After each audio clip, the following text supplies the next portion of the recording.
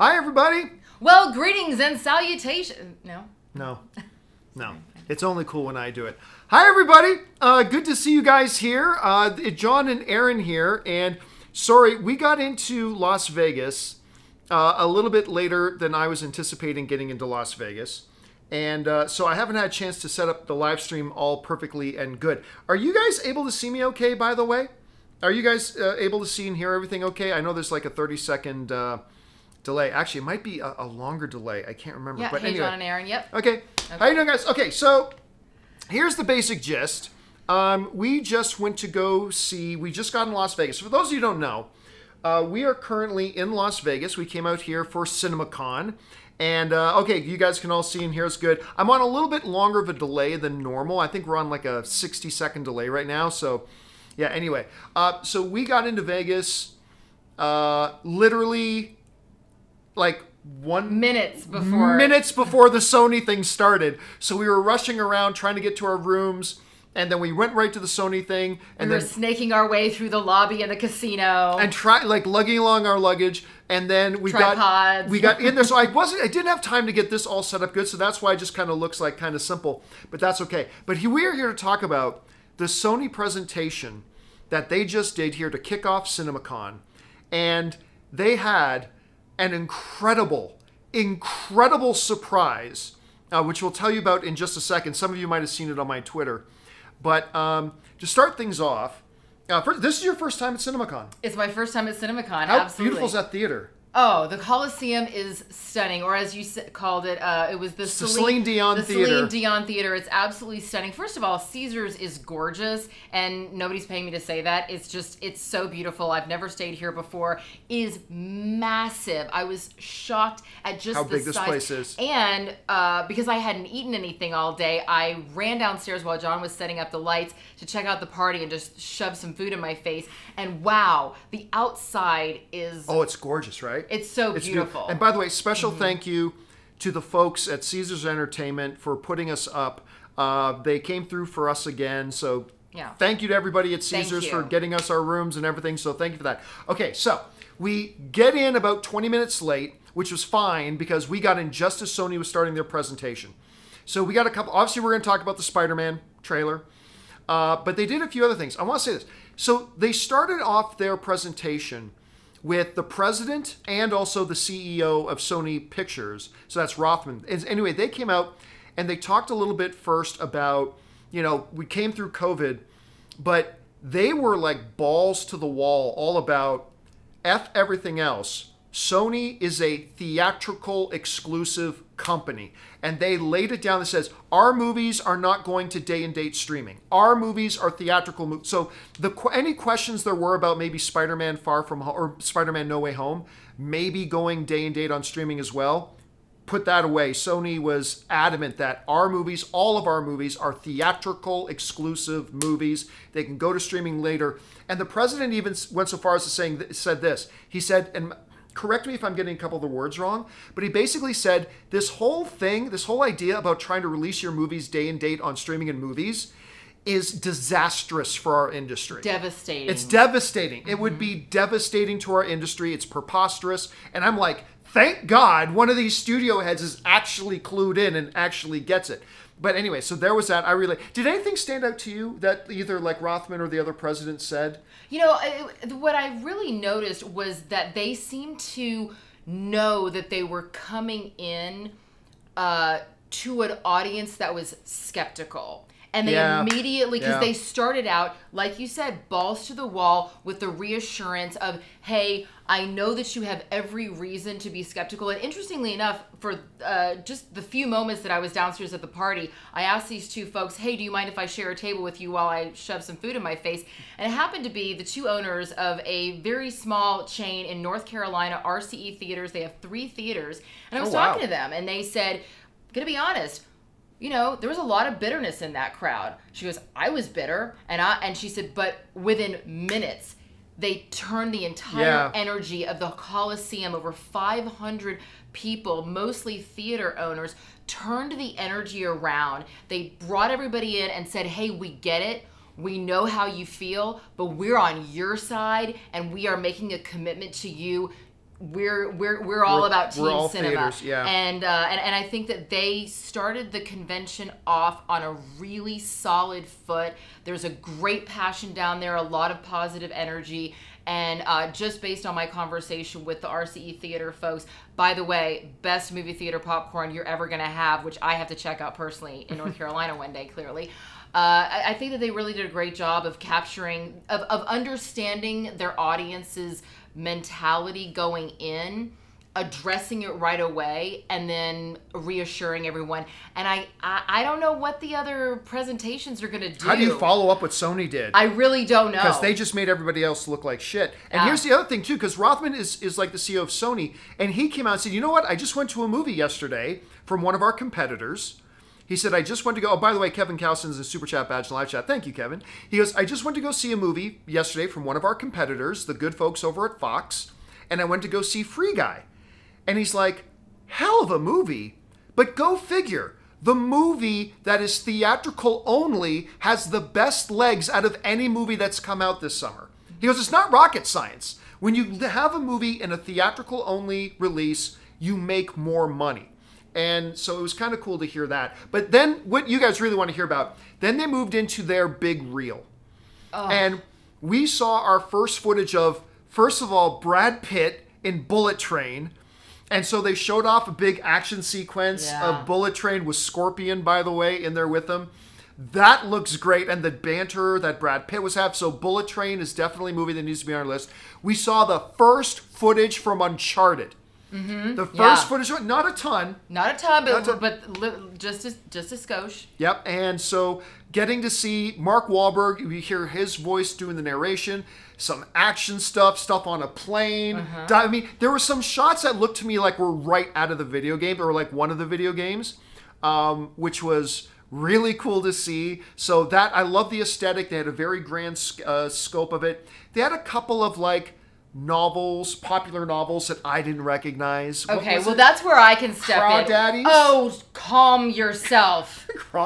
Is it where it's a Crawdaddies? Is that what's it named? It's Where the Crawdads Sing. Okay. It is like what it is. I had no idea. A record-breaking New York Times best-selling novel that has just captured the heart and spirit. It is an incredible novel, and it was the first glimpse that we saw. I predict Where the Crawdads Sing is going to, not in story or plot or anything like that, but it's going to capture that same romantic spirit that The Notebook had. I was going to say, it had a definite Notebook sort of feel to it. Yeah, that's exactly what I was thinking. Is I was like, even though I don't want to say, oh, it's like The Notebook, because it's not. It's a completely different story. But the same kind of passion and power that you went to the movies to fall in love with these characters and fall in love with them falling in love. I really believe that Where the Crawdads Sing, that stood out to me. And the other one, I don't want to jump the gun if you're already going to talk about it, but holy shit. Oh, I know what you're going to say. She's going to say Morbius. Morbius! Oh my god! The footage looked great. Oh my god! I like grabbed John. She did. She literally was grabbing my arm and going, "Hey, Sarah!" And I'm like, yeah, this is pretty badass. I mean, and this is the thing is that, you know, like, I wasn't a fan of Jared Leto's Joker. I mean, I'm not in the minority here. There are a lot of people that agree with that. I was just, oh god, I cringe. I cringed when I watched him. And I love Jared Leto. I'm a huge fan of Jared Leto. I have been, you know, American Psycho, all the way back, all of it, Fight Club, everything. I didn't like him as Joker, and I saw him as Morbius, and I go, that's the one. That's the role for him. Yeah. He was never Joker, and that's okay. You know what? John Campia's not Joker either. Neither am I. That's okay. We're not all born to play Joker. However, I liked him as Joker. However, I will say, oh my god, Jared Leto as Morbius. That's sweet. It was working. That is the sweet spot. It was That's working. The sweet spot. So that was then they also showed us some new stuff of Venom. Again, just a little bit of new stuff, but they definitely showed some stuff in the reel of Venom that we had not seen in the trailers before. Mm-hmm. It's like there's this one shot of Eddie with Venom's head coming out, sitting on a beach looking at a sunset. It was just, okay, this is kind of perfect. So that was really good too. They did a little bit, like they showed us a couple of frames of Spider-Man Into the Spider-Verse 2. Most of the Spider-Man Into the Spider-Verse 2 footage they showed was just clips from the first movie. Yeah. So that was fine. So they gave us a couple of frames of that. But, I mean, let's be honest here. The main thing you guys are interested in is, of course, the Spider-Man No Way Home trailer. So Rothman comes out, and first of all, he made a joke about the fact that a terrible copy leaked online. He goes, now here's the real McCoy, the real thing. And they go ahead and start playing it, and what can we say? You guys have seen the trailer. I told you they were going to drop the trailer as soon as they showed it here. And it was great. Yeah. It's great. You turned to me, because you didn't love the Eternals trailer, right? So she turns to me, as soon as the Spider-Man No Way Home trailer's done, she turns to me, as the audience is still clapping, and she's like, that's how you do a superhero trailer to keep people interested right there. So what were your thoughts on the Spider-Man No Way Home trailer? So because you brought it up, I never said that the Eternals shouldn't be a movie. Oh, of course, no. But there was a little bit of misunderstanding. All I said was, I don't like the trailer. And you know what? I wasn't alone. There were a lot of people who didn't like the trailer. And here's the reason why. I've been looking forward to the Eternals. You may think that I wasn't. The reason why I'm looking... Chloe Zhao. I mean, yeah. Chloe Zhao, Angelina Jolie, Selma Hayek. I just need those three. I don't... Like, everybody else, great. They're gravy. But those three women right there, I'll see a movie if they're involved in it. So I've been looking forward to the Eternals. I was disappointed and upset. I was looking forward to it because of who was in it. I established that I don't know the story. But I was upset because I didn't feel like the trailer did justice to what I was hoping for. And it made it look like just another superhero movie. And it made me feel superhero fatigue. It didn't give me any of the story. It was like laser beams and fights. Just boring. Same old, same old. Spider-Man, that changed it. Because, number one, it really laid out the plot. It told us what we're going to expect that's different from the story in this one than what we've seen before. Yeah. It gave us longing. It gave us his desire, what he really wants. Something that's more than just superhero stuff. But, like, it made me feel like, oh, I can relate to that. Even if I can't relate to his exact circumstance, I can relate to that feeling. And then how it all, goes wrong, as it always does for our hero. And then there was the special appearance. Well, they've seen it now, right? Yeah, Molina. Yeah, the special appearance by Alfred Molina. I mean, just... I don't think you knew to expect that. I didn't know to expect that. Because she lost her mind as soon as Molina came. Well, first of all, you see the tentacle, like the doctor with one optic, and she was like, no. Yeah. And then the camera pans up and it's Molina, and she's like, ah! I was like, oh my God! So, first of all, like, the whole idea, I gotta admit this. I said this on the John Campea show earlier today, but I'll point it out again. I am not afraid to point out and highlight when I was wrong about something. When Spider-Man Far From Home came out, and the ending happened where they revealed Peter's identity to the world, I said, you know what? That's not even going to be any kind of a significant part of the next movie. I said, because what MCU often does is like big hanging things in certain movies, they're already resolved by the time the next movie starts. Okay. They've done that several times. So I said, you know what? This movie's going to be like, it's a good thing Nick Fury came out and told the world that I wasn't really Spider-Man. Yep, okay, let's get on with the real movie now. Right. That's what I thought they were going to do. 100% wrong. This movie is clearly all about that ending. And him, like the very fact that he would go to Doctor Strange and say, can you make it so the world doesn't remember that I'm Peter Parker? I thought, okay, that's actually really interesting. And I love the whole interaction with Wong. It's like, okay, I won't do it. Winks at Peter. And they go ahead and do it anyway. Obviously, that looked like a Green Goblin grenade in there at the end, so maybe, Willem Dafoe, like we've speculated that maybe Willem Dafoe will pop up, so we've seen no evidence of it, but that is clearly suggesting that maybe he will. I thought that was kind of interesting. Again, they didn't show us, listen, although it was a full trailer, they didn't actually show us a ton. Mm-hmm. And that's a good thing right now. I can't wait to see trailer number 2. The second trailers, especially coming out of these movies, usually flesh things out a little bit more. So I'm really excited to see that. But it was great. Tom Holland and Benedict Cumberbatch did a little bit of an intro. Zendaya.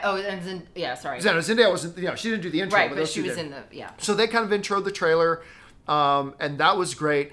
It was a wonderful trailer. On screen. They weren't there. No, they weren't there. Yeah, they weren't there in person, but they did a thing for, you know, knowing for this particular audience. And you know what I really liked also about the trailer is I like that, you know, I mean, I remember when I was young, you know, like the idea of being a superhero was like, oh my God, that would be so cool if everybody knew that I was Wonder Woman, or if everybody knew that I was Supergirl, right. You know, that would be really cool.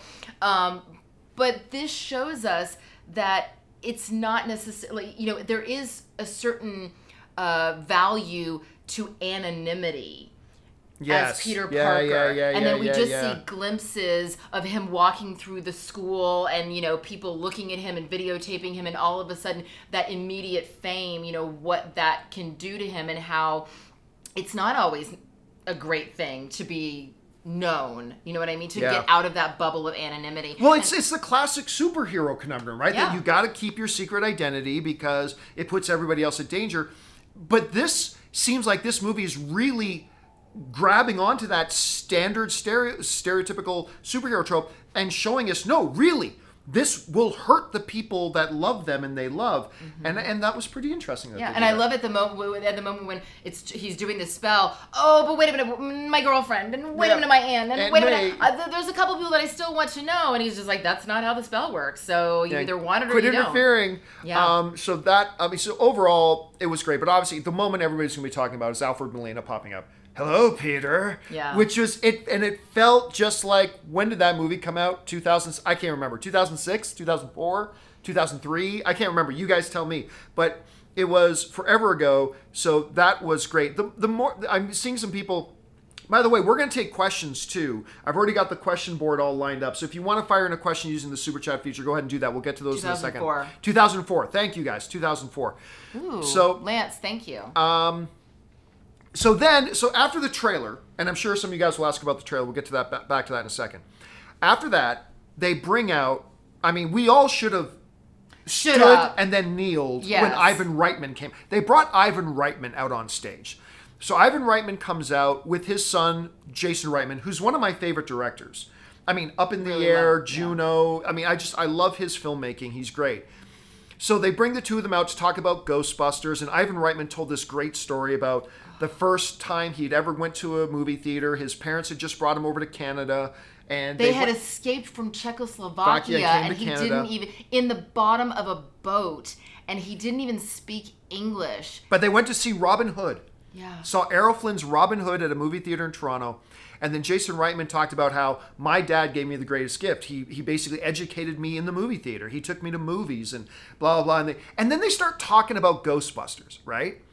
And it's funny because I felt like they were winding things up. And I'm like, there's still 2 hours left in their presentation. But anyway, they start talking about Ghostbusters. And he says, by the way, everybody, Jason Reitman says, please, you know, when you see it, don't spoil anything, including the thing that happens at the very end of the credits. Don't spoil it, because we're about to show it to you. And the whole theater is like, wait, what? And then I looked at my watch. Did he just say total surprise screening. They went, ladies and gentlemen, Ghostbusters Afterlife. And they showed us Ghostbusters Afterlife, the whole thing. And I'm gonna do a separate review video of this after we're done this. It's gonna be really late, but I'm gonna put up my own separate review video. But basically this, we're obviously no spoilers or anything like this. Yeah, I love how he said that. He was like, no spoilers, please. No spoilers. And meanwhile, everybody's like, oh my God, I'm totally going to tell everybody that I know about everything that I see. But no spoilers, yeah. No spoilers, but the movie is delightful. It's delightful. Okay, this one loved it. This one you were in tears. I was sobbing at the end. Literally sobbing. She was sobbing at the end. Yeah. I was. Okay, go ahead. You tell us. Well, I mean, look. If you were. I don't know that this is the Ghostbusters movie I would make, but if they had come into an office and told me, okay, this is the Ghostbusters movie we're going to make. We're going to make a Ghostbusters movie that's in present day, and it's the grandchildren of Egon Spengler. And you learn all this in the trailer, so I'm not spoiling anything. He's passed away, and he leaves them this farm. He's been estranged from his daughter and obviously her kids, his grandkids. And they move into this house, and they realize and discover that he was one of the original Ghostbusters, all while strange things are going on in this town. Okay, that's not necessarily the Ghostbusters movie I would greenlight. Okay. But if that's the Ghostbusters movie you're making, Jason Reitman made a perfect version of that. Like, if that's the Ghostbusters you want to do, Ivan Reitman made it perfect for what it is. They definitely... Jason Reitman. But Ivan Reitman was the producer. Is the producer and was there with his son on stage. And it is a great mixture of modern storytelling, modern humor. Paul Rudd is obviously great. And Paul Rudd's always great. Also mixed in with a lot of nostalgia. And Jason Reitman, when he came out on stage, he says, by the way, this is going to be the biggest Easter egg hunt in the history of the world. He goes, because in everything, just look for little things. And so that definitely brought a definite nostalgia factor to it too. But anyway, your impressions of Ghostbusters Afterlife. Oh my God, I loved it. I couldn't have loved it anymore. It was fun. I had a smile on my face. My cheeks are actually hurting from smiling so hard. And then at the end, it just was so beautiful. I won't obviously say what happened, but there it you know, as many of you already know, Harold Ramis, who was one of the original Ghostbusters, is no longer with us, and there was a very beautiful tribute to him in the movie that just worked so seamlessly. I love, you're right, I love the modern edge of storytelling. I thought the kids were really... The kids were great. So and you charismatic. Know what? I didn't like the little girl at first. Like, the first scenes, I'm like, okay, we've seen this character before. McKenna Grace. Yes, but as the movie progressed, like, even still in the first act, as the first act progressed, I'm like, okay, I went from being dismissive of this character to now... I'm totally engaged with her. Yeah. I didn't like her at first, but I totally got on board with the character. She does, actually. I can see what you're talking about. For me, I was like, I couldn't figure out where I knew her from, and then I realized she was in the most recent season of Handmaid's Tale, which I don't think that you watch, but oh my gosh, her character is incredible. And then it made a lot of sense, because I was thinking, wow, that little Ghostbuster girl is fantastic. And then when I realized, I went, oh, of course, I've seen what she did in Handmaid's Tale. She's incredibly talented. Her name is McKenna Grace. Carrie Coon, who plays the mom. She's really engaging and fantastic in that role. Finn Wolfhard, who we all love from Stranger Things, who's now a little bit older, and you can see that he's kind of growing into himself as a young man. I really thought that he did a beautiful job in his role. And then, of course, Paul Rudd is perfect in every way. Paul Rudd. He was so good in it. Yeah, there's nothing that he does wrong. And even when he does his, like, Paul Ruddisms, which normally I loathe when an actor who's known for a certain shtick, like, I hate when Jim Carrey does Jim Carrey. I don't like it. I like when Jim Carrey does something that's not Jim Carrey. Until he plays Dr. Robotnik in Sonic the Hedgehog. Then I ate it up. You never saw Sonic, did you? You know what? You would like Sonic the Hedgehog. Yeah, I was so surprised by that. I wanted to see that. I don't know. I planned on seeing it. I don't know what happened. We'll show you at our place. We've got Shiny bird, shiny object. But yes, I thought it was fantastic. I thought it was beautifully done. And there are so many Easter eggs. Not only did I feel the nostalgia as a Gen X kid who grew up on Ghostbusters, I can't even tell you the number of times that I've seen Ghostbusters. I loved it. I played the song over and over again. I wanted to be a Ghostbuster. I loved the Stay Puft Marshmallow Man when I was a kid. And all I was thinking was, now you guys know that I'm going to be a mom very soon anyway, and all I was thinking was, man, I can't wait to watch this movie with my kids. You guys, in one of the trailers, you see all the little Stay Puft Marshmallow Men. Oh, it's in the trailer? Okay, yes. So I knew right away she never saw that trailer, because when that scene happens in the movie where the little Stay Puft Marshmallow starts showing up, I thought she was going to pass out and cry. Oh my God. You're crying right now. They're so cute. She's literally crying right now. They're just so cute. Oh my God, if anybody can find a little Stay Puft Marshmallow person for me, I don't know if they're going to make them in merch, or if you guys know how to they'll be merch. They'll definitely be merch. Do crafts with marshmallows, please send me one. Oh my gosh, they're just, I love this movie. I loved this movie so much, and I can't wait to watch it again. Yeah, I'm going to tell you, I didn't love the ending myself. The part where I was hysterically sobbing. Yes, but I think most of you will disagree. Maybe when I watch it again, I'll feel differently. But anyway, that was the huge. We're only on night 1 of CinemaCon. Night 1 of CinemaCon. I know. I said to John when the movie was over, I go, well, I guess we can go home because I don't know who's going to top that or how. But if this is how CinemaCon starts, I'm in. And so we still have. What's the studio tomorrow? Is it Neon is in the morning, right? I believe. And then what's the one? MGM. MGM is tomorrow, so we're gonna get some. We're gonna get some Bond probably of that tomorrow. Who knows? Maybe they'll show us No Time to Die. Yeah, maybe we'll watch Bond. Maybe we'll see the new Bond film tomorrow. I don't know. We've still got. Lionsgate to come. We still have Paramount to come. Universal, Warner Brothers, MGM.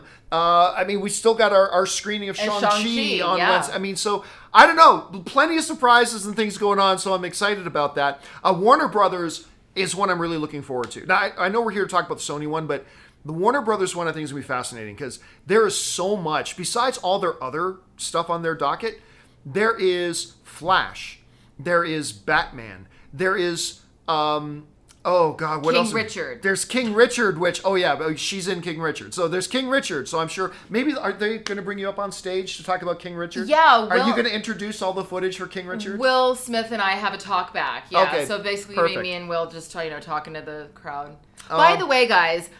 I hope you guys know that I only jest when I talk about King Richard. I'm in one scene, and if you saw the trailer, you saw my entire part. Okay, this is not Aaron's movie King Richard. This is Will Smith's movie King Richard. I'm in literally one scene. So, but you're in like a third of the trailer. That's the funny thing. That's why I have to brag now because as soon as the movie comes up, people will be like, that bitch was in one scene. Why was she so excited? I called her up when the trailer dropped. When the trailer dropped for King Richard, I called her up like, "Holy crap, this is like your trailer." She goes, "I have no idea how this happened because I'm really not in much of the movie at all." I literally worked on the movie for like 7 hours, and then I was wrapped, and I was like, "Okay, bye. Hope see you when the movie comes out."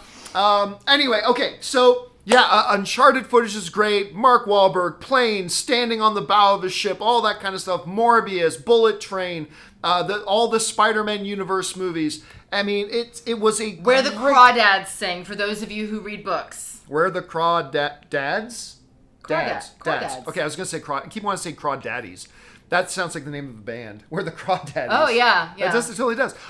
So anyway, we're going to spend the rest of our time now, as I grab my tablet here, and we are going to take the questions you guys have been sending in, and thank you for sending in your questions, guys. So you want me to read you the questions and you can answer them? I can. Or can you read these? Yeah, go ahead. Yes, I know how to read. Okay, I know you know how to read. Anyway, start. This is the first one, then it works its way up. Okay. Okay, she's going to read the questions.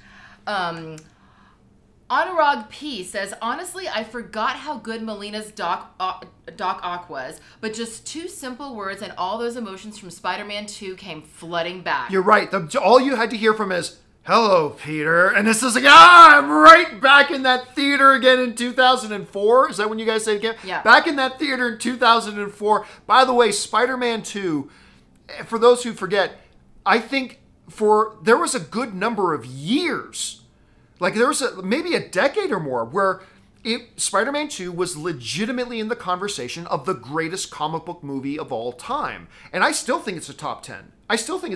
Anyway, all right, what's next? And Anurag P also sends in a chat saying, also, any chance Doc was talking to Tobey's Spidey? I don't think so. Look, here's the thing. You guys know that I think that Andrew Garfield and Tobey Maguire are going to be in Spider-Man No Way Home. But even though I think that, the reality is this.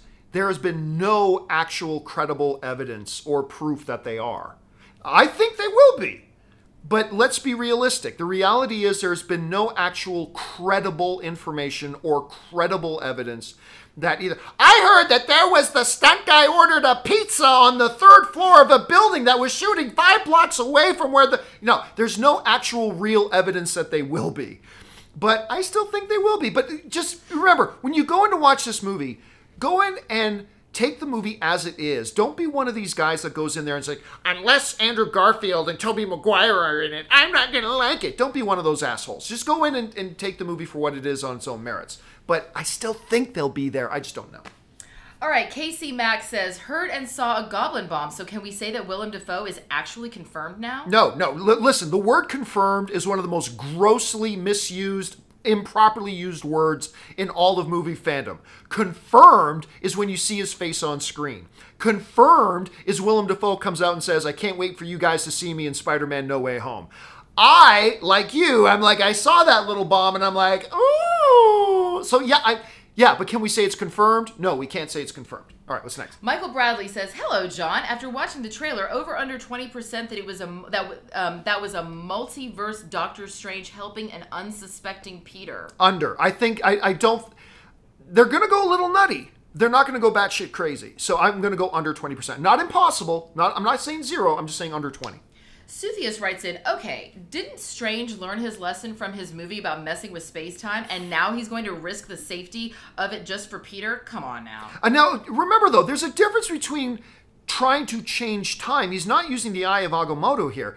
He's just casting a spell that says, take the world as it is, and just remove this from people's memories. So it doesn't seem like his intention was to mess with space-time. So that's my take at any rate. All right, what's next? Sam Fisher says, this might be a stretch, but could NWH take place concurrently with Shang-Chi? It looks like we see Wong go on vacation. Do you know if Wong is in Shang-Chi? Well, we see Wong in the Shang-Chi trailer. I'm going to say no, it doesn't happen concurrently, but probably very, very, very close together. That's going to be my guess. Remember, Shang-Chi does come out first, so I'm going to guess that it happens after the events of Shang-Chi.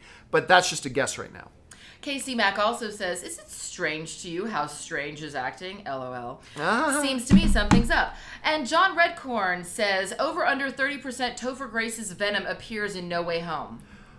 How many percent? Over under 30%. Well under. I'm going to go well under. I mean, again, possibility. Everything's possible here. Maybe 5%, but I'll take under 30. John Redcorn also asked, was there any Kraven news? No. Actually, you know what? Thanks for pointing that out. I was kind of expecting to get some solid... I thought they would come out on stage and introduce, ladies and gentlemen, our new Kraven, Billy Bob Thornton. Or, I don't know. But no, surprisingly enough, there was no Kraven news. I'm surprised. Anthony M.R. writes, everyone kept assuming the events of Loki were going to play into this movie, but it's Strange trying to help Peter, which causes shenanigans. Yeah, I think everybody just assumed that, okay, at the end of Loki, that's going to dictate how everything goes in every movie. And everybody keeps forgetting, Kevin Feige really likes to isolate his movies, even when there is crossover. So it's like somebody going into Spider-Man No Way Home... Kevin Feige would not make it a prerequisite for you to have a chance of understanding this movie. You got to make sure you go and get Disney Plus and watch Loki. So he just wouldn't do that. So I wasn't really surprised to see that. Okay, Ray Studios has a couple of him here. In the scene where the spell Strange was trying to cast, there are a few quick shots that look like space projection of the sacred timeline. This No Way Home teaser proved a lot of the leaks already. With Sylvie, the multiverse broke open, and that allowed for Doc Ock, Electro, Green Goblin, and the other villains to get into the MCU reality. At the end of No Way Home, there will be questions unanswered, and we'll know a bigger threat is coming. And Peter, Strange, Wanda will team up in Doctor Strange 2. That is what Ray Studios is. I don't believe that. Okay, sorry. There are parts of what you said that I do believe and that I do agree with.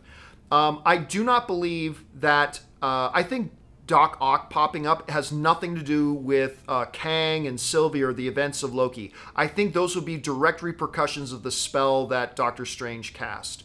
At least that's what I think. But what you're saying is possible. It absolutely is. But I think it's going to be more isolated to... Because look, the trailer made it clear. Something went wrong with the spell. And I think that is what is going to directly lead to that coming up, not the events of Loki. That's my guess at any rate. I could be right, I could be wrong. Who knows? We'll find out soon. Ismael Montoya says, John, I just saw the No Way Home trailer and, doesn't seem as attracting to me. Sorry, that was me.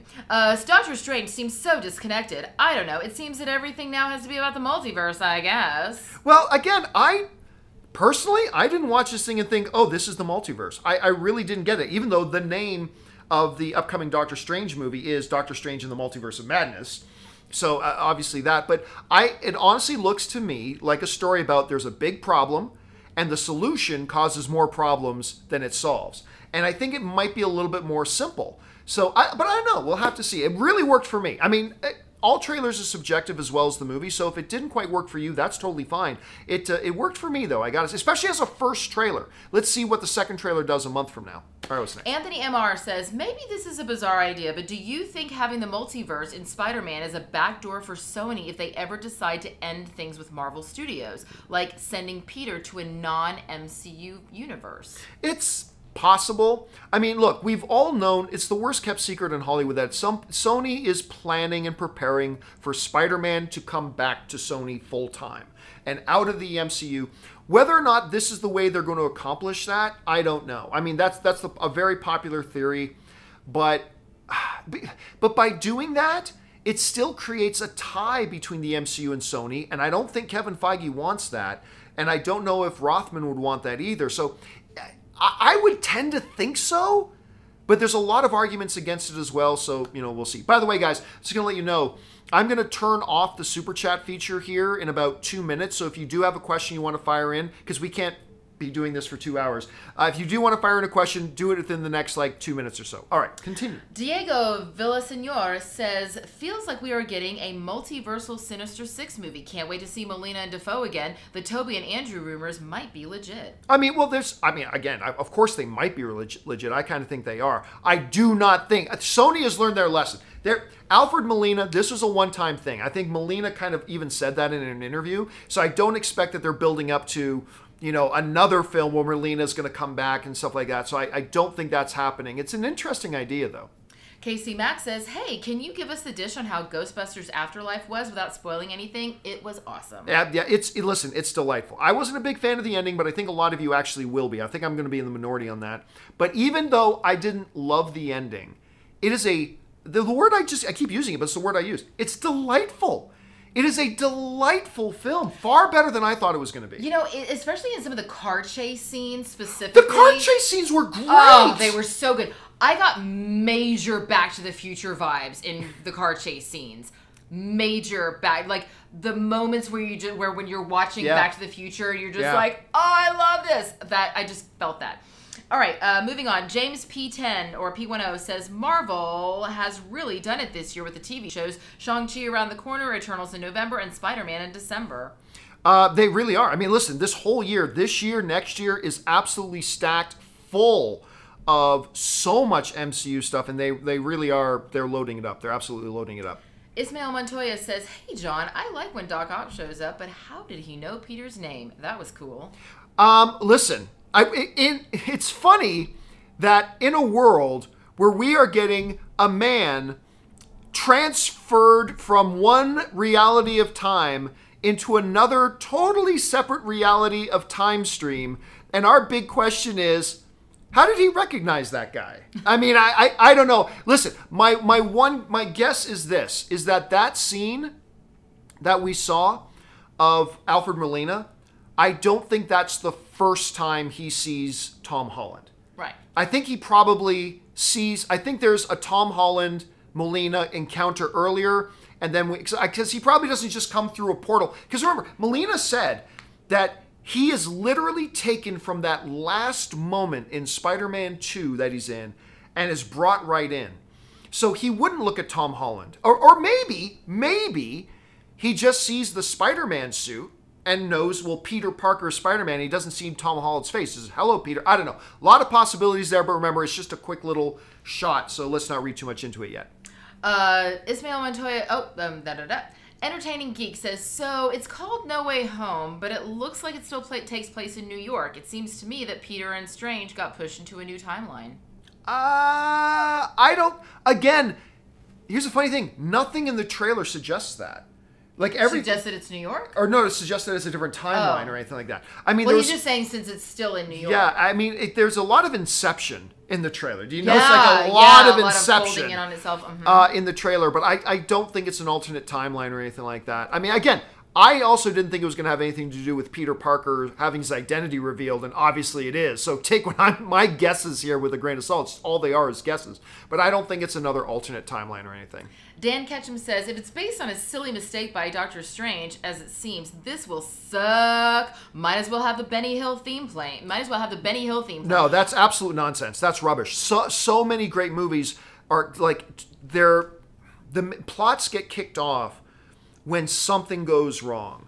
And this wasn't a thing of, Doctor Strange made a silly mistake. It wasn't him making a mistake. Clearly something goes wrong.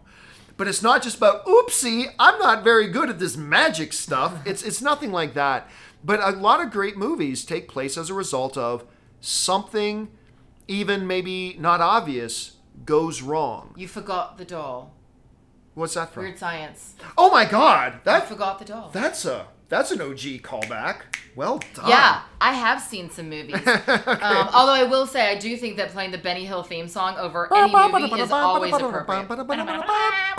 Okay, the CTB channel says, I don't know how or why, but I think Doctor Strange is an antagonist in No Way Home. He seems different and weird. Also, Mephisto confirmed. LOL. Oh, no, yeah. More Mephisto. No Mephisto.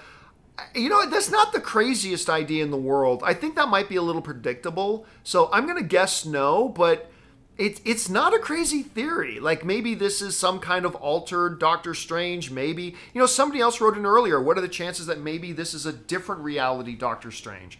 Maybe. I mean, I don't think so, but that's a possibility as well. So, yeah, let's keep our eyes on that. Isaac Beebe says, is it just me, or is it weird that for Sony's movie trailers like No Way Home and Ghostbusters, they have a 2-second ad for the PS5 DualSense controller? Well, obviously, we actually saw it on the screen in the theater, so we didn't see that. But hey, a Sony product playing a Sony product ad in front of it, not very strange at all. No. Sloth is Legend says there is no way that Doctor Strange would risk ripping apart the multiverse just for Peter's convenience. That ain't Stephen Strange. That's Mephisto. Okay, but remember, it wasn't supposed to put the universe at risk or anything. Something goes wrong. Look, every time a sorcerer casts any spell, something could go horribly wrong. You're dealing with the fabric of reality whenever you're using magic, right? So clearly something goes very wrong. It was dangerous. But remember, one of the key things about the personality of Stephen Strange, he is very big on himself. Oh, yeah. He is supremely confident. I know he's the Sorcerer Supreme, but that goes with something. He is supremely confident. He drinks a lot of his own Kool-Aid. He drinks all his own Kool-Aid. All right, what's next? All right, let me make sure I'm not forgetting anybody. Okay, Jose Mays says, holy cow, when Green Goblin and Doc Ock, I was cheering like a wrestling fan. Again, we don't know who's Green Goblin. I mean, obviously we all suspect, but we don't know, so let's not get ahead of ourselves too much. Oh, this is fun. Iconic Reaction says, hey, John, so my cousin Desmond saw you last time in Vegas, and he dealt your cards playing poker. He's a 6-foot black and bald guy with a high voice. He says, hey. Also, we get the fucking Goblin back. I can't lie. I overhyped myself for the trailer a bit. I have a theory that things might end even darker than they did in Endgame. The stakes feel high. I love it. Also, I don't know if you've seen him there, but Toby was spotted at the Sony presentation and people got pics of him. I can't wait, man. What a time to be alive. It's a reach, but this could beat Endgames. BOMIMO, in my opinion. BO box office, in my opinion. Probably box office. Anyway. Box office. Could beat Endgame's box office, in my opinion. Thank you. Sorry, Iconic Reactions. No, wait. He thinks that this Spider-Man movie could beat. Oh, hell no, no. That's fantasy dreamland. No, just no. Just get that out of your thinking right now. Not even remotely in the least. I don't believe Tobey Maguire is here. I certainly didn't see him anywhere. I mean, it would. People got pictures. Here's the thing. Well, I don't know if that's true. Here's the thing. I think it would be weird if Tobey Maguire was here and they didn't. Here's the question. Yeah, here's the question you'd have to have. Why would Sony bring Tobey Maguire here to CinemaCon and not have him be either A, in the trailer, or bring him out on stage. It makes no sense if you're just going to have him then walk around. I mean, again, maybe he did. I just didn't see him. It seems, if there are pictures going around, I'm going to guess that they're probably not legit. Ladies, if you are in Vegas and a guy who says he's Tobey Maguire starts flirting with you, do not go to his hotel room. That is not Tobey Maguire. I'm Tobey Maguire. I'm Tobey Maguire. Do you want to come to my hotel room? I need a ride home. That is not Tobey Maguire, ladies. Do not give him a ride home. Don't buy that. All right. All right. Next? NR99 says, I'm so speechless about this trailer, John. All the hype surrounding this trailer paid off, and it's crazy that we still know little about what's to come. Also, I saw people speculating that when you hear "Be careful what you wish for, Parker" was actually said by James Franco. Thoughts? Okay, the only reason I like that idea, the only reason I'm going to guess that that's not the case is that right now James Franco not a very popular guy. Is a little, I mean, he's not Armie Hammer persona non grata, but Kevin Feige does not like drama surrounding his property. He hates the Scarlett Johansson stuff. Even is like, hey James, I'm gonna need you to like stop calling me for a bit. Yeah. So because of that, Kevin Feige does not like inviting drama onto his sets or his projects whatsoever. So I'm gonna guess that's probably not. But who knows? Who knows? Also, Iconic Reaction says, also John and Aaron, thank you guys for everything y'all do. Thank you. Thank you. Seriously, John, when I tell you that you and this community has helped me for years now, I mean it. Wow. Oh, nice. Thank you so much, man. I really appreciate that, dude. Alejandro Flores Rosales says, I feel that they are basing the plot off the One More Day Spider-Man comic storyline. That includes Mephisto as the person who made the deal with Peter to make everyone forget he is Spider-Man. Yeah, I'm done talking about Mephisto. I was officially done talking about Mephisto with WandaVision. So listen, but here's the thing about MCU movies, all right? MCU movies never follow the comic book stories, but they will borrow from them a few, like certain elements from them. So it could very well be that that's the storyline that this movie's inspired by. But then they'll go ahead and do it completely unlike the storyline. Like, look at Civil War. Civil War is nothing like the actual Civil War comic book story. I mean, but it takes some basic ideas and principles from it and then totally makes it different. So even if they are using that particular comic book story, it doesn't mean Mephisto's going to be there. So, so that's kind of my take on that. All right, what's next? Iconic Reactions also says, I can't lie, John. This is actually the best fan response for a trailer I've seen in a long time. I know we can be toxic as fans, but this feels great. Yeah, it's really good. Listen, though, I'm going to be the destroyer of dreams here. We have seen many, many great trailers to bad movies. Now, there is no reason not to give the benefit of the doubt to this. John Watts? Yeah, John Watt, the director, he did a terrific job on the first two films. He's back directing this one. I see no reason not to believe this is going to be great. I mean, I've seen better reactions to trailers. I mean, I have. But this was a very good trailer, especially for a first trailer. I cannot wait to see the second. Because again, the second trailers for these MCU movies are usually the ones that flesh it out a little bit more. So I'm very excited. I feel like this was pretty fleshed out. I mean, that's what I'm saying, especially for a first trailer. Yeah. So that's why I'm like, I was impressed. Man, I can't wait to see what they're going to give us in the second one.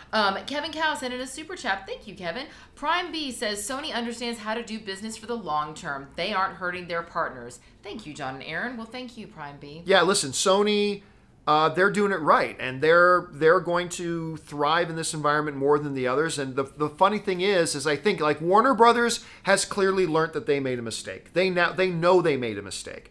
But it was, I tell you what, I was really impressed to hear Sony come out and so forcefully, because they just made every other studio here look like shit. Yeah. Because they just came out and like, oh yeah, the other guys, they can do this day and date release thing.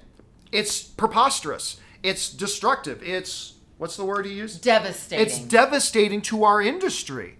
It's devastating to the movies. It won't work. And it was so good to hear actual movie executives coming out and say that. Anyway. And you know what? The theater owners from RCE Theaters in North Carolina, our friends over there with the great popcorn, were actually talking about how, you know, he said back in the day what used to hurt the film industry, because he's a second generation theater owner, what used to hurt the film industry was piracy. And he said, but these are people who used to be willing to watch a movie on a shaky, really bad, secondhand videotape of a movie screen are now being handed a high def version to watch at home. And what's happening is you're training people to stay at home. What's going to encourage people to get back out of their homes? In the same way that we were all trained that if you want to see a movie at home, you get in your car, you drive to Blockbuster, you stand in line, you get a movie, you drive it home, and then you watch it. Then we got trained that you can get it in the mail. And so we waited. And then we got trained to just streaming it. So these companies that are training their fans to expect these dual releases, they're going to end up getting hurt. Whereas Sony, because financially the model doesn't work. It doesn't work at all. Financially, it doesn't work. And Sony's like, you know what? We'll eat it for a year and a half, 2 years, because we know in the long run, that people are going to expect that if it's a Sony movie, it's going to be in theaters. Okay, Canadian Posty, Singing Posty. We love the Canadian Singing Posty. Send in a super chat. Thank you so much. Lord Gnome 76 says, when are you going to upload the leaked CinemaCon footage? The leaked? No. There will be. Actually, I'm like, okay, so you got to understand, because I'm the one who did the registering, Erin didn't get the email, but it's like when she's never been to CinemaCon, so you got to forgive her for this. But like, we're at the CinemaCon presentation starting, and like all of a sudden, I see beside me, Erin holding up her phone, and she's starting to take pictures. And I'm like, no, you can't do that in here. So she had to put the phone. Yes, but she didn't know. But also in my defense, I was taking a picture of Tom from Sony, the CEO. Yeah. I was taking a picture of the CEO of Sony. Yeah, she wasn't trying to record the footage. No, it was his name was on the screen, and I wanted to make sure that when I was talking, because clearly I've already forgotten his name because I have bad short-term memory, I wanted to take a picture so I could go, oh, that guy. Yeah. So I wasn't trying to. All right. Next we have Jordan Saylor sending in a super chat. Thank you, Jordan. Daryl Best Wadley says, "You guys are great. Watching from work. Well, enjoy your work there." Thank you, man. Markville Blah sent in a super chat. Thank you. Joe Hill says, "Erin with the eternal shade, laughing, crying emoji." Eternals. Not having eternal shade. Eternals trailer shade. Yeah. Remember, she's looking forward to seeing this movie a lot, but the trailer didn't work for her. More. That trailer was. And there you go. I loved it. I loved the trailer. All right. Prime B says, Spider-Man No Way Home just stepped to the front of the excitement line for me. Those two reveals at the end are what comic book geek culture is made of. See, that's the thing. Look, forgive me for saying this. I'm just, like speaking one film-loving brother to another, okay? I think that kind of attitude is what gives us crappy comic book movies. What makes, I think, comic book movies great is when they get to the traditional stuff of what makes great movies, period. Great characters, great narratives, great stories, great mythology, bringing legendary stuff. Yeah, it's good, and it's nice to have these little shticks now and again and when I say shtick can be an awesome thing of like, hey, it's Doc Ock from Spider-Man 2. That's awesome. That's great. But that's not what makes movies great. It still has never changed. Great movies come from great stories, great characters, great dialogues, and great motivations. These are the things that make movies great. Little things like having Alfred Molina's Doc Ock is just a really awesome cherry on top, but it's not the meat of the dish. You know what I mean? But anyway, that's just kind of my take on that. Yeah, it doesn't matter what the genre is. If it's a good movie, it would be a good movie regardless of whether it's of where it is. All right, Soul Killer 256 sent in a super chat. Thank you. Lance Bergsven says, I'm sorry, Lance. He says, I was gonna gush about the new Spidey trailer, which looks fantastic, and I've watched it numerous times now. But I'm also super excited for Morbius. Me too. Yeah, the Morbius stuff. I love that character, really, and I really hope that they do him justice on the big screen. Just wanted to finish that. Yeah. Sorry, I thought you were done. No. Yeah, like I said, she just about jumped out of her skin with the Morbius stuff, so and they didn't even show a lot. And half of what they showed was the stuff that we already saw in the previous trailer.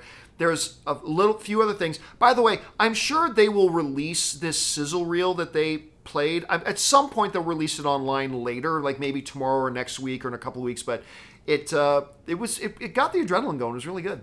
Cam K says, doesn't Doctor Strange seem a bit off, you think? Kind of like a character regression back to when he was an arrogant doctor.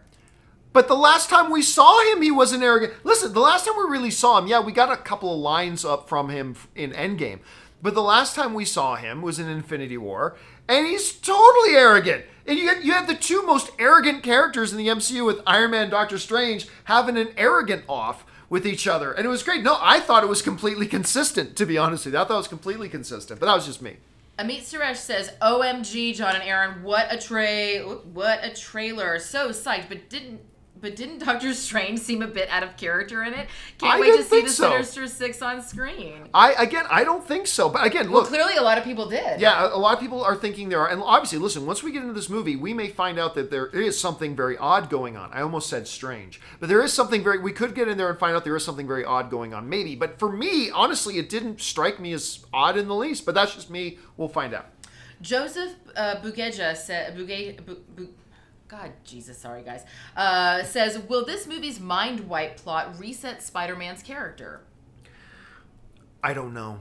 Well, look, it doesn't look like it did, but it looks like obviously something clearly goes very, very wrong. So, but I'm going to guess no. I don't think the impact is going to be on Spidey himself. I don't think so. Jordan Saylor says, are you surprised that no Toby or Andrew in the trailer? I hope they're in it. No, not surprised. I'm not surprised in the least. Listen, I think... Because remember, me and Robert talked about this a while ago. If Toby and Andrew are in it, and by the way, maybe that would be the worst thing in the world for this movie if they're in it, for all we know, right? This movie may not work with them in it. But Rob and I both said a while ago, if they are in it, they will definitely be in a trailer, and it definitely wouldn't be the first one. You guys remember when Rob and I talked about that? It's that if Andrew and Toby are going to be in this movie, they will absolutely capitalize on that in the marketing in a trailer, but it absolutely won't be the first trailer.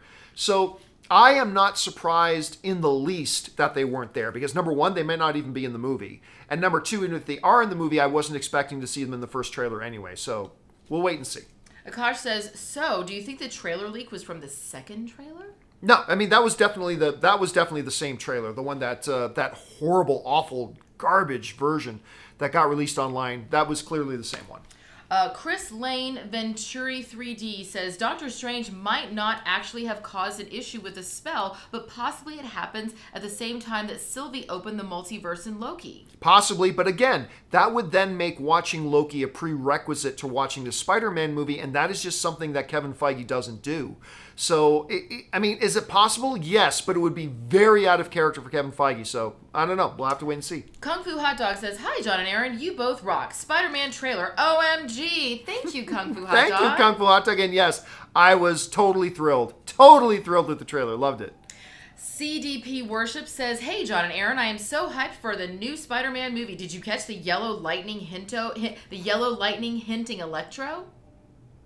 I did not. I didn't see that. I didn't catch that, but I'll have to watch it again. I only saw it the one time, so and then we came right back here. So yeah, I mean, look, we know Jamie Foxx is going to be in the movie, like so we know that. But I didn't catch that myself. But then again, we watched the trailer, finished the Sony presentation, came back to the room, and desperately tried to get this live stream all set up. So I haven't had a chance to watch it again, but I did notice it on my first viewing.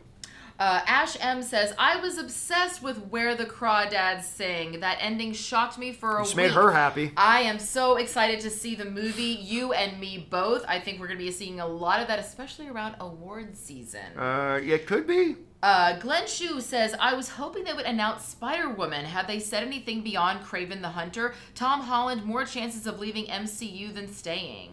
Again, I was surprised that if you had asked me before you walked in there, do you think we're going to hear some Kraven news? I would have said yes. I am surprised that we didn't get it. But it wasn't just no Kraven. Like Spider-Woman, because we know Jason Sudeikis' ex-wife. Olivia Wilde. Olivia Wilde is doing that. There was no mention of Madam Web. There was no mention of the Silver Sable things that they were still saying they're going to move ahead.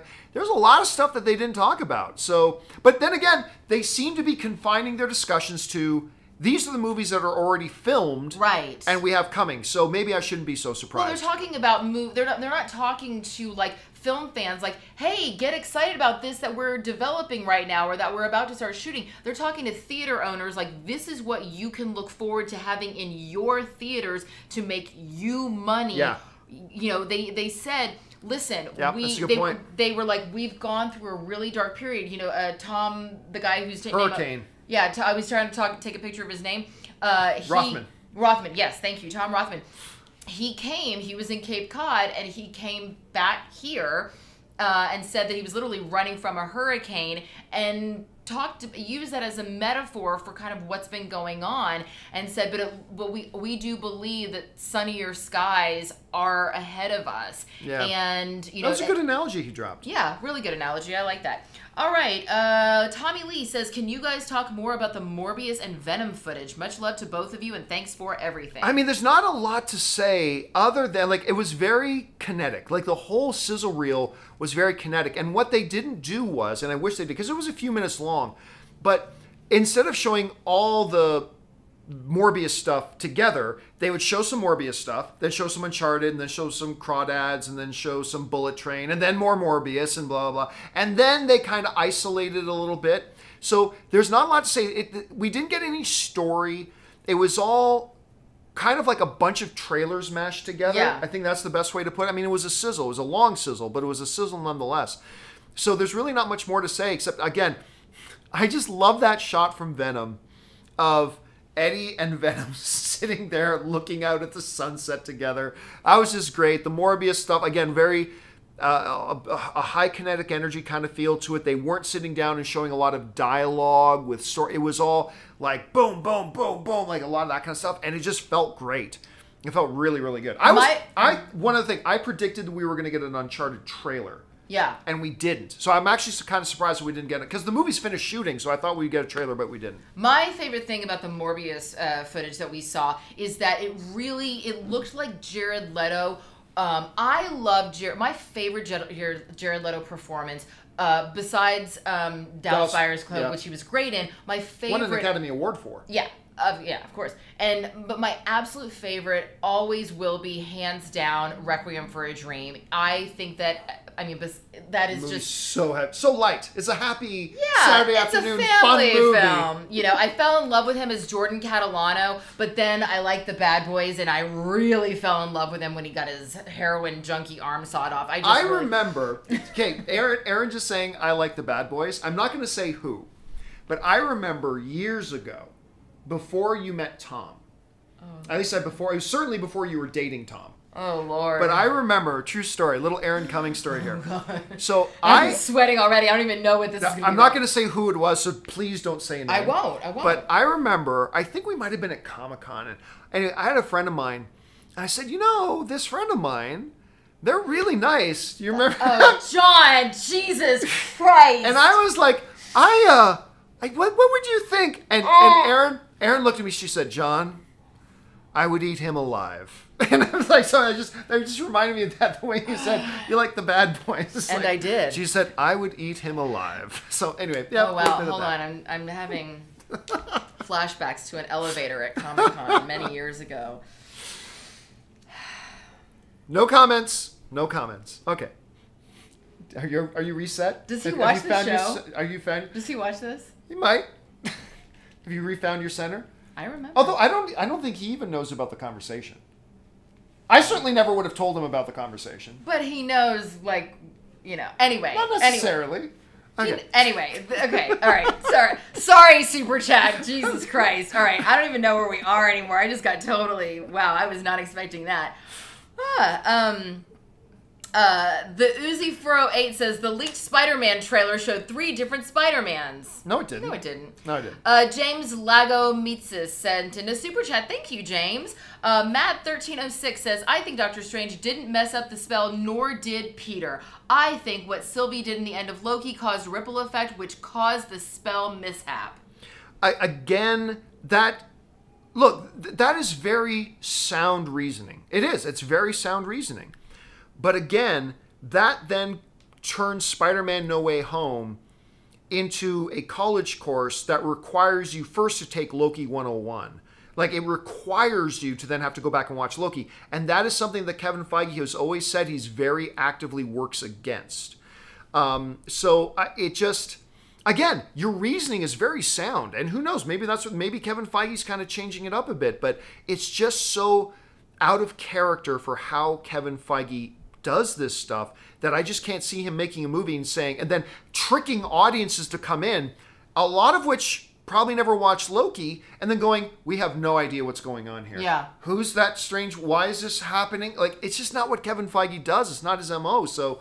I don't know. We'll have to wait and see. We'll find out. One of the great things that I love about Kevin Feige's MCU, or about the MCU as it is run under Kevin Feige, is the fact that he gives you everything that you're going to want if you're a fan of the source material, and you're really going to feel that those needs are going to be satiated. But also, if you're coming in without all of those reference points, you're still going to be able to follow the story. And that's what he does well, is he says this movie is going to be for anybody, whether this is your first MCU film or your 15th MCU film. You're going to be able to watch the story and enjoy it regardless. And I like that. Yeah. That's how they keep getting new fans. Next one is Anthony Patton says, is this the last movie on Tom Holland's contract for Spider-Man in the MCU? I want to say yes, but there's something in my head that is telling me there might be... Oh, okay, no, that's what it is. Okay. So I believe this is his last movie on the current contract to star as Spider-Man. I believe he still has, and I could be incorrect about this, but I believe he still has one more film that he needs to appear in, but not as the headline Spider-Man movie. So I think he has to appear in one more film, but it wouldn't be a Spider-Man film. Devin Lida says, kudos for the North Carolina representation. You can thank your friends over at RCE Films for that. I'm wondering if we'll get a Todd Phillips Joker-style movie for Green Goblin. Thoughts? No. That's not Marvel's MO to do those types of movies at all. Now, once they move everything back over to Sony, that might be a different discussion, but even then it doesn't seem like the type of film Sony would do either.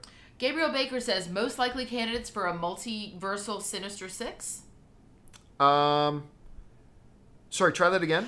Most likely candidates for multiversal Sinister Six. I don't think there will be one, so I'm not really worried about that. By the way, I do want to address this really quick. Somebody in the live chat is Night Watch Reactions is saying, "Hey John, did you?" I just because I see some people misunderstanding this, so I just want to clear this up.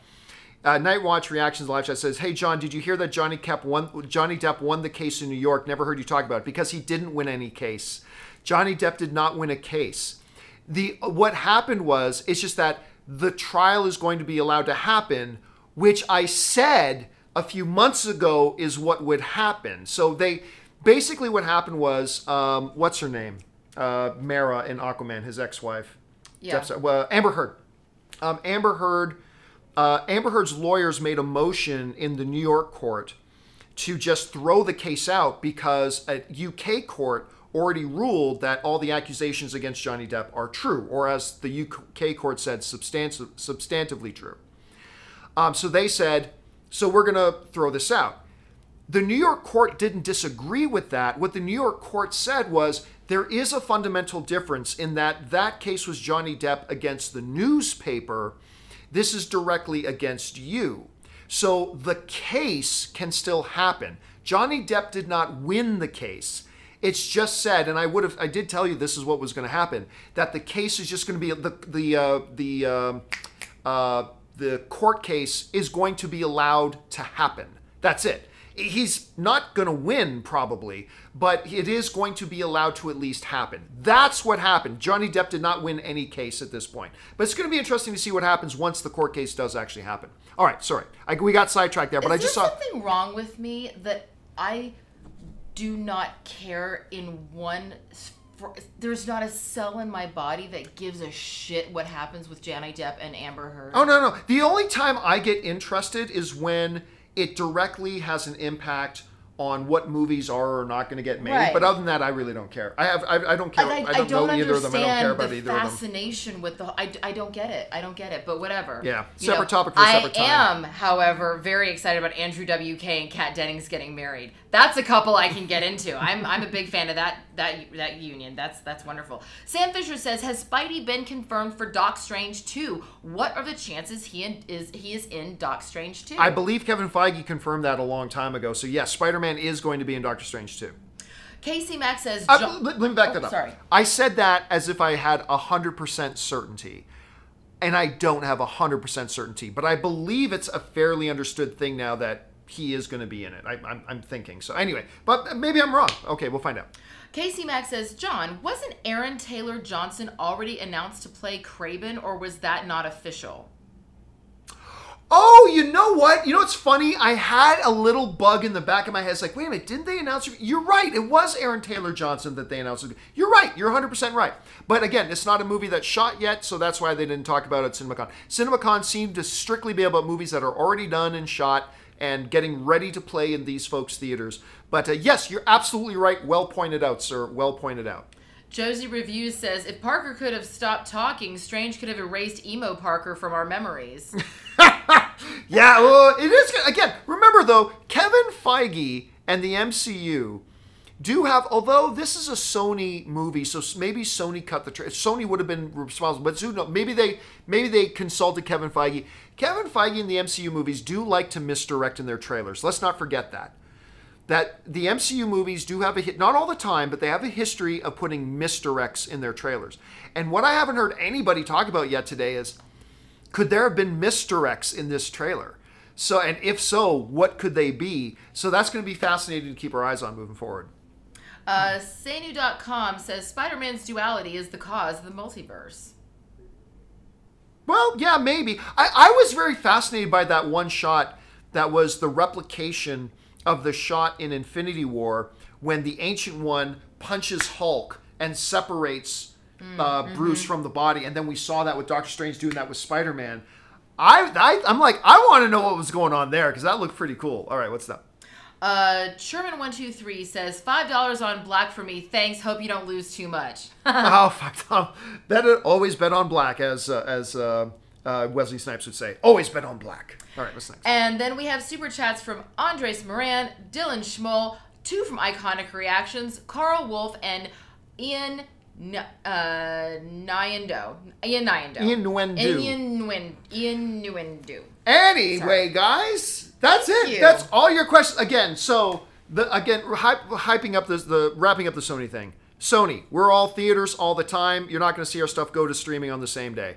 Wonderful sizzle reel showing us some stuff. Our first look at some stuff from Uncharted, some Morbius, Bullet Train, Where the Crawdads Sing. Where the Crawdads Sing. So I'm sorry, I haven't heard of it before. I will know it. I will know it soon enough. I never even heard of this movie. I didn't even know they were making it. So this was totally brand new to me. Brand new. I'll get you the book. And then I'll get you the audiobook. Then of course the trailer for Spider-Man No Way Home, followed by one of the best surprises ever at CinemaCon. Ivan Reitman and Jason Reitman standing on stage together and going, "Oh yeah, by the way, guys, we're going to show you Ghostbusters Afterlife right now." And we just got to watch the whole movie, which is fabulous, and it's just day one. Guys, we still have Warner Brothers, Paramount, Universal, Lionsgate, Fox. MGM. No, because they're part of Disney now. Right. So much stuff still to come. We're going to do a live stream for all the major studios events. Please make sure to come back. You'll see when the events get posted on. But that'll do it for us for now, guys. Thank you so much for watching. Thank you so much for watching. We'll be doing this all week. And don't forget, too, on Wednesday, we're going to do an Erin Cummings first reaction after she watches Shang-Chi for the first time. You got my reaction. You got Robert Meyer Burnett's. We're going to get hers on Wednesday as well. Lots of stuff coming from CinemaCon. So thank you, guys, for putting up for us to just set up in a hotel room here with janky internet, and this seemed to work okay. Thanks a lot for being here, guys. Thanks for sending all the questions. That'll do it for us for now, guys. For Erin Cummings, my name is John Campea, and until next time, my friends, bye-bye.